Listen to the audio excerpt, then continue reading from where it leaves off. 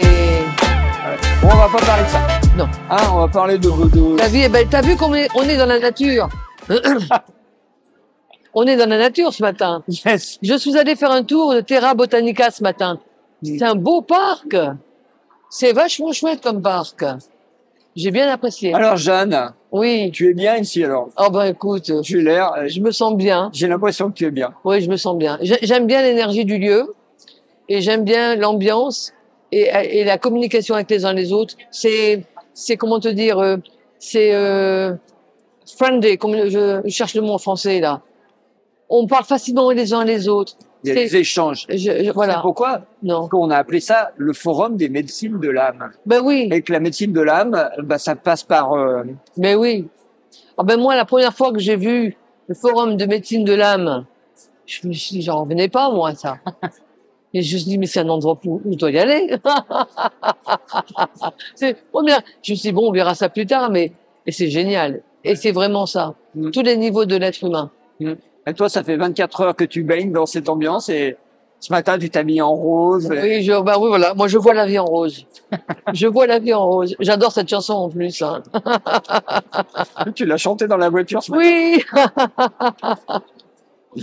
Alors, tu as quand même osé commettre un livre qui s'appelle La science, la matière et la spiritualité. Ah. Alors, ça, c'est quand même quelque chose de... Hein? Eh ben, je vais te dire, ça n'a pas plu aux scientifiques avec qui j'étais. Ah bon? Oui, quand j'ai demandé l'autorisation.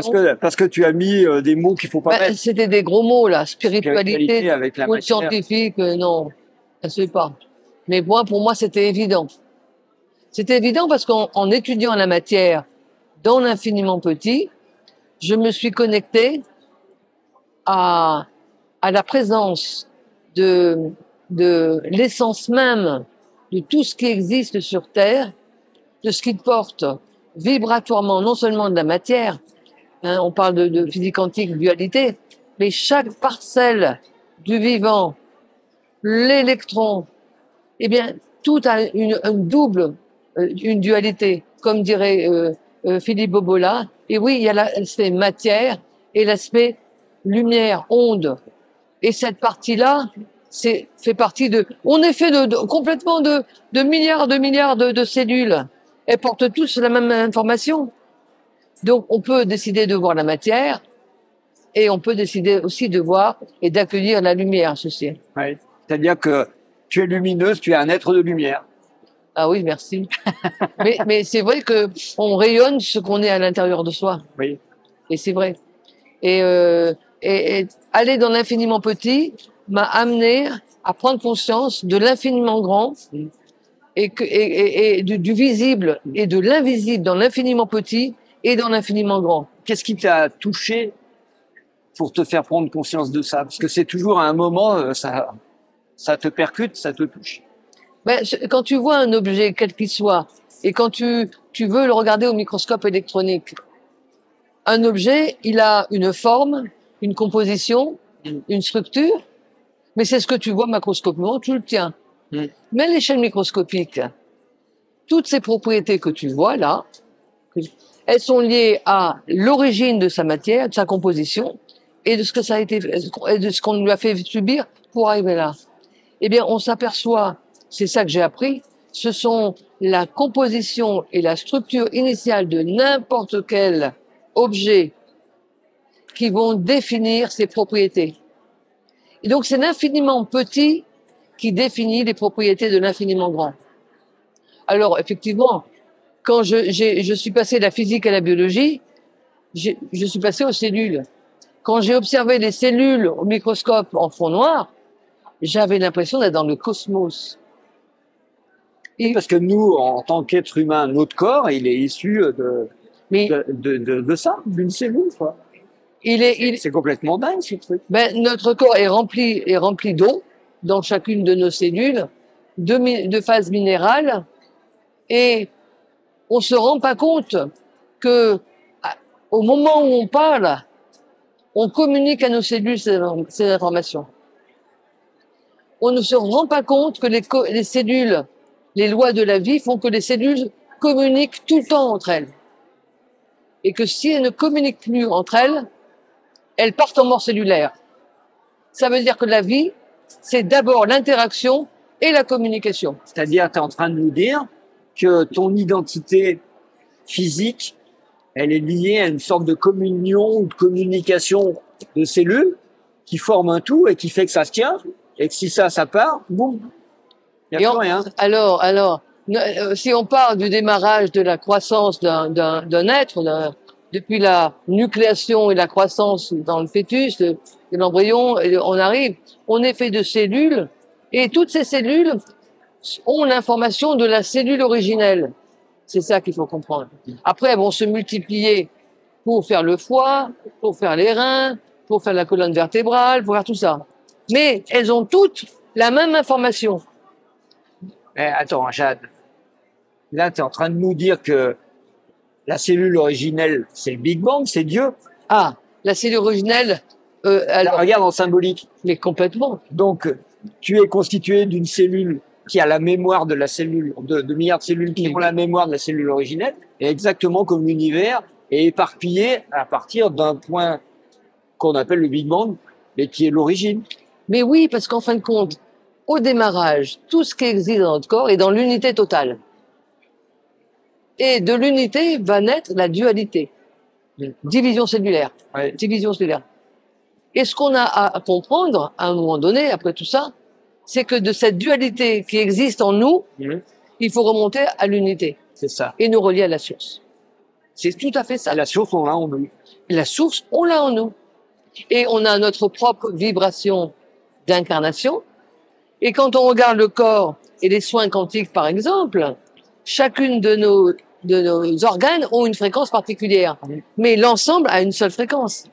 Pourquoi? C'est ça que tu appelles la note, oui. La note de musique de chacun. Et c'est lié à quoi? C'est lié à la cohérence des fréquences de tous les organes qui travaillent pour le même chef et qui rentrent en interaction pour une fréquence unique. Ouais.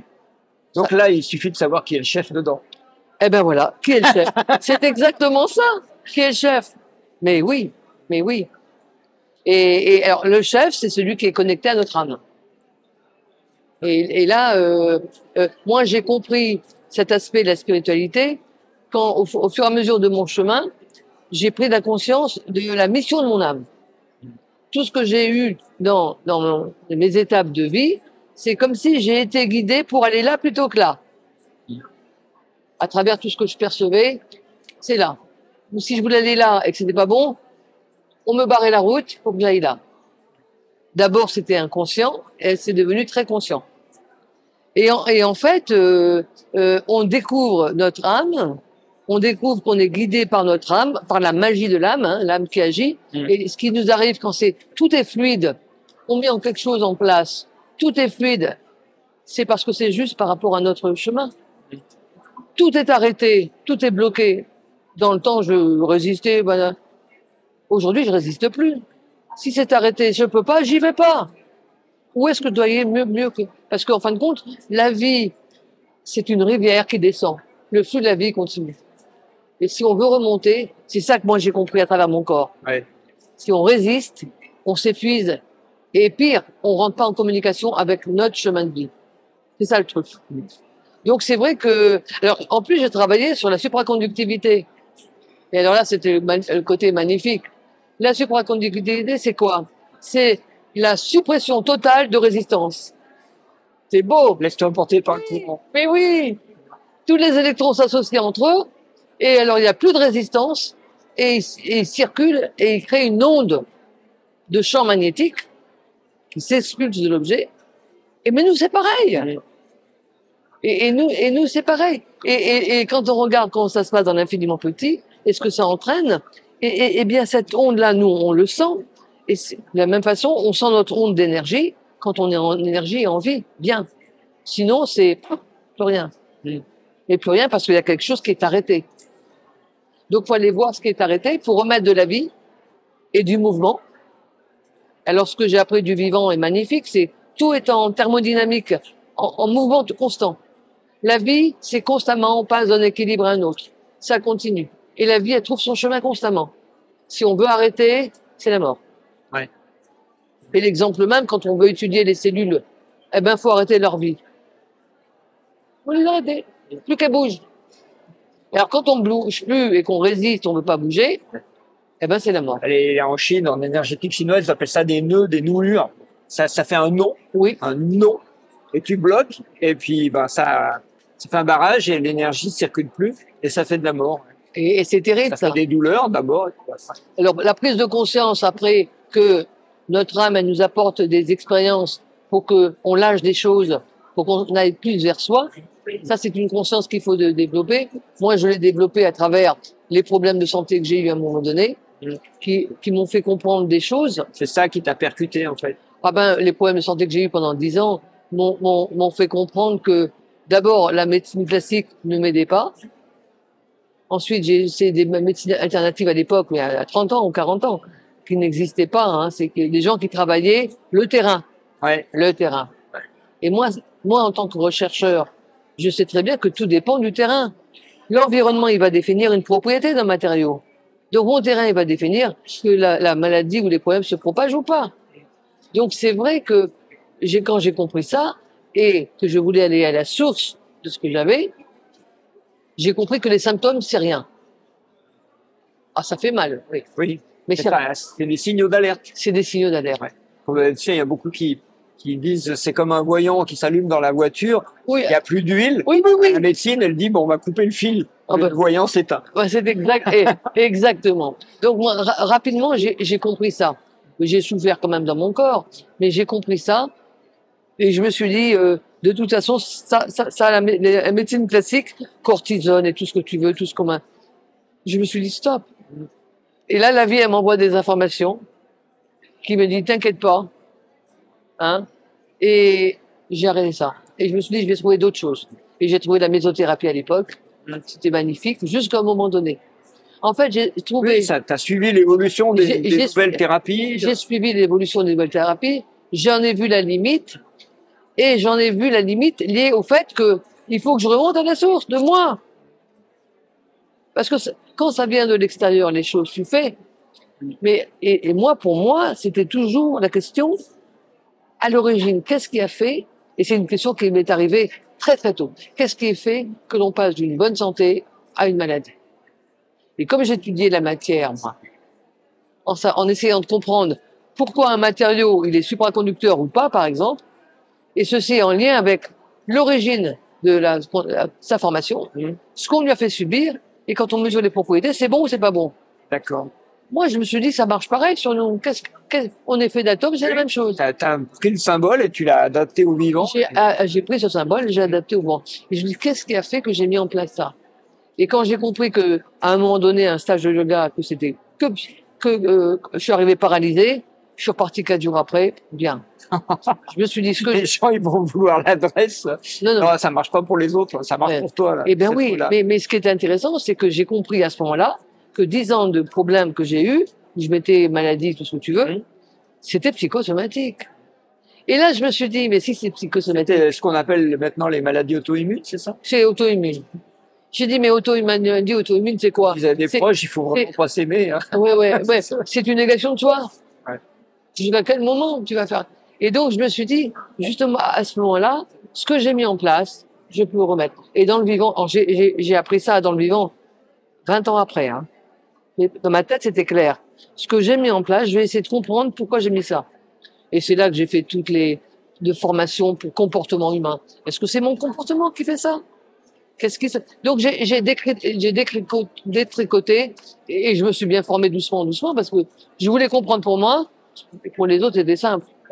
Chez les autres, c'est simple, on le voit. Mais pour soi. Donc doucement, eh bien, au fur et à mesure que j'ai fait ça, les mots dans mon corps se sont arrêtés. J'ai porté mon attention. Qu'est-ce que je vivais à ce moment-là?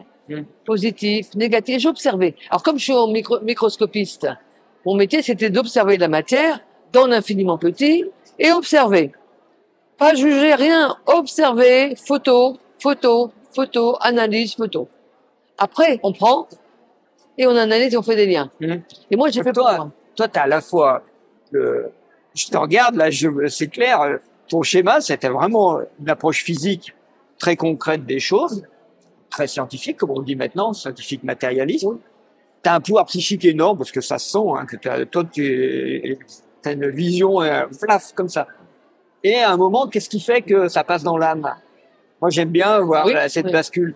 C'est la maladie qui t'a fait basculer dans l'âme? Ah, c'est la maladie qui m'a fait basculer dans l'âme et l'étude de la matière.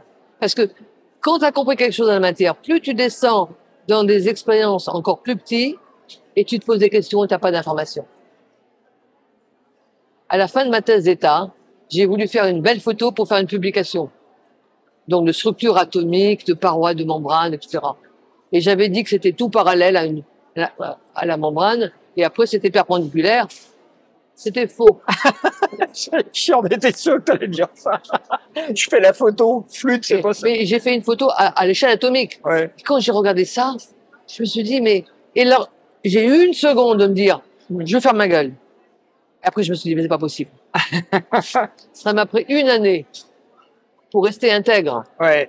J'aurais pu tout me taire et dire, voilà. Oui, j'aurais pu faire semblant de pas avoir. Non, non, non, c'est pas possible. Quand on a vu, on a vu. Ouais. Quand une information, elle est dans... C'est ça ta rigueur à toi. Ah ben oui. Ouais, tu fais pas de faux semblants, tu y vas, puis tu y vas. Ah oui, oui, oui. Et ça m'a pris une année de plus de manip d'expérience. Mais alors, par contre, les interprétations. J'avais plein d'interprétations que j'arrivais pas à comprendre. Mais après ce travail d'une année, c'était magnifique. Parce que ce que je n'arrivais pas à expliquer, j'avais des informations qui arrivaient. Mais en cohérence. Ouais, mais t'es une vraie scientifique. Ben, Il y a un truc que tu comprends pas, tu vas pas maquiller l'expérience. Ah non. Pour dire ça colle. Ouais, parce qu'il y en a, ils font ça. Ah ben moi, j'ai fait des expériences en biologie après, quand j'étais en biologie, les gens qui me donnaient à regarder un échantillon, et on veut voir ça. Vous débrouillez-vous Pour la publication. Vous trouvez ça. Pour ça. Ouais. Tu Moi, sais déjà le résultat. Moi, j'ai refusé. Alors, j'en ai fait une fois, ils n'ont pas été contents, et j'ai refusé. Si vous voulez les résultats avant de faire l'expérience, moi, c'est pas mon truc.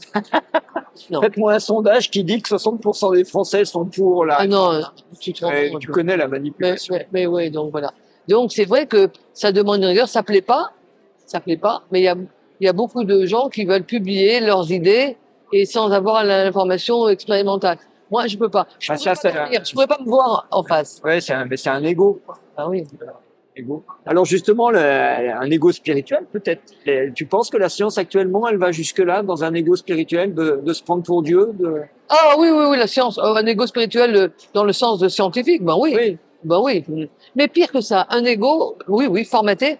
Tu te rends compte que les nouvelles découvertes qui rentrent pas dans le cadre des dogmes qu'ils ont trouvé à un moment donné, la science, c'est pour être mise constamment avec les nouvelles données. Si tu ne daignes pas de remettre en cause ta théorie, moi c'est ce que j'ai fait après ma thèse d'État. J'ai dit une chose, c'est faux. Ben, il va falloir que je travaille un peu plus. Ouais. Mais c'est ça la science. Et la science, il y a pas mal de dogmes. Hein, on ne fout pas en l'air une théorie qui est appliquée depuis des années. Il y a ces dogmes. Oui. Moi, c'est pas la science pour moi. Malheureusement. Actuellement, tu sais, on peut plus revenir l'heure d'été, l'heure d'hiver, on peut pas. Non. Alors que le soleil, lui, continue de tourner. C'est marrant le mental. Hein. Donc, si tu veux, c'est ce que la société veut qu'on fasse et le pire, c'est quand les scientifiques, ils vont dans le même sens, quoi. C'est ça, le truc, hein.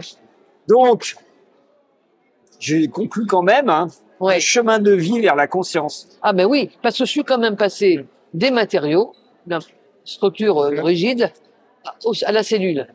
J'ai fait un grand écart pas possible.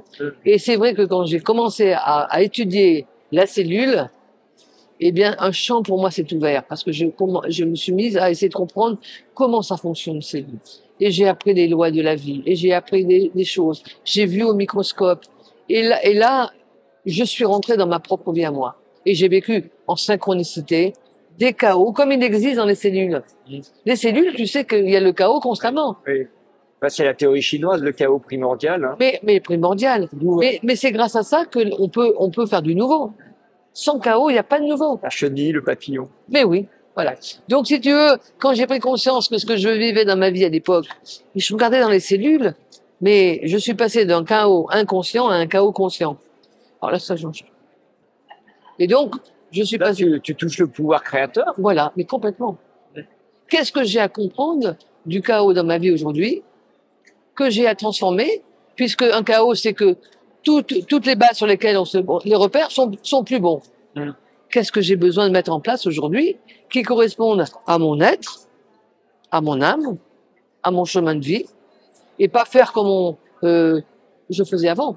Hein, j'ai voulu devenir chercheur, etc. Et ce que tu dis beaucoup, c'est qu'on peut pas, quand tu l'as dit tout à l'heure, quand j'ai vu, je peux pas faire comme si j'avais pas vu. Ah, mais oui, c'est ça. Et La c'est conscience, c'est ça. la C'est conscience. que tu peux pas jouer avec ta conscience. Non, non. Je pourrais pas dormir en disant un mensonge, un truc. Je pourrais pas. Je sais pas mentir. Je sais pas mentir. Je peux pas. Il faut pas mentir avec la vie, hein, ça se Non, non, non, non, non, mais oui, mais je pourrais me dire, d'ailleurs, des fois, je me tais plutôt que de dire n'importe quoi, mais il vaut mieux. Mais voilà. Et en fait, c'est d'être en vérité avec moi le plus possible. Voilà. Super. Le plus juste. Et voilà. C'est, C'est le mot de la fin, ça. oui, être en vérité le plus avec moi à chaque instant. Ouais. Le plus proche de ma vérité, des vérités de mon être, et en joie, dans le cœur, pour partager, parce que ma passion, c'est de transmettre ce que j'ai appris. Et c'est vrai que c'est tellement beau ce que j'ai appris dans les sciences physiques et biologiques que ces lois-là, faut les transmettre aux autres. C'est autre chose, une autre dimension de vie. Voilà. Merci beaucoup, Jeanne. Merci à toi, Gilles. Continue à être vrai et à partager. Oui. Dans la joie du cœur. Il n'y a que ça qui est vrai, hein. Ouais. C'est la joie la plus belle. Ouais. Ben, merci. Yes, génial. Super. Bon, ben, merci. Tu vois, c'était une belle interview, hein. Ouais, c'est chouette, hein. Ouais.